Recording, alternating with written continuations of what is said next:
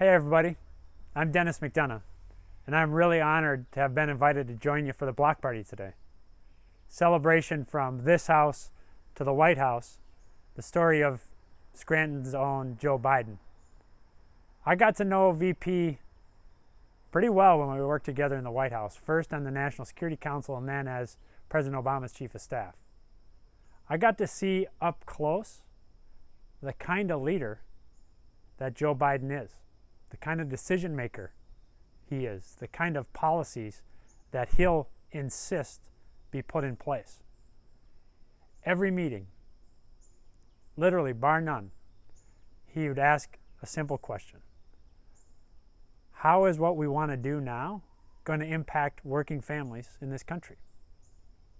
How is it going to impact the families in a community like mine, where I grew up in Stillwater, Minnesota, or families in Scranton, who are working hard every day? Whether it's education policy, whether it's tax policy, whether it's trade policy, those are the questions that he insisted that we focus on. Now more than ever, that's the kind of leader that we need in the White House. Somebody who's focused not on his own interests, but on the national interest and on the interests of those who can't count on lobbyists and influence peddlers to advance their interests. And it's not abstract. Just this last weekend, I was in northern Minnesota with the steelworkers. And one of the leaders there recounted a story of just a couple weeks ago when VP visited northern Minnesota. He got off the plane. He hadn't seen this particular guy, John, in a couple years. And he came up to John right off the bat and said, "There's my Big John, my steelworker." This is the kind of leader he is. He gets to know working families because he comes from a community of working families right there on Washington Avenue.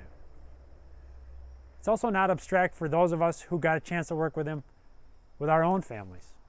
I remember early one Saturday evening, we'd been in meetings all day, a lot of them with VP himself. I'm sure he was as tired as I was and just wanted to go home and have supper with Dr. B, maybe the grandkids. He came in my office, closed the door, pulled up a chair, sat down, and just checked in on me. "How's Kari doing?" he said. "How are the kids doing?" "Take care of yourself," he said. Again, a leader not focused on his own interests, but focused on his team, but more importantly, on working families in this country. Now, as I said, this is the kind of leader we need in the White House now more than ever, where the national interest and the interests of working families, not the self-absorbed interests of the president himself, are driving the agenda.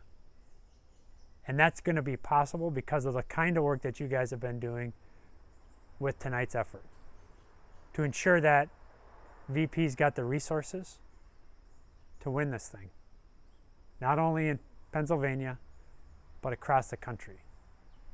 Now, we're so fired up to get the invitation to join you tonight. I wanted you to know that Kari and the boys went ahead and put up our own sign here on our block to make sure that we're sending as strong a signal to you up there in Scranton on Washington Avenue that we're with you.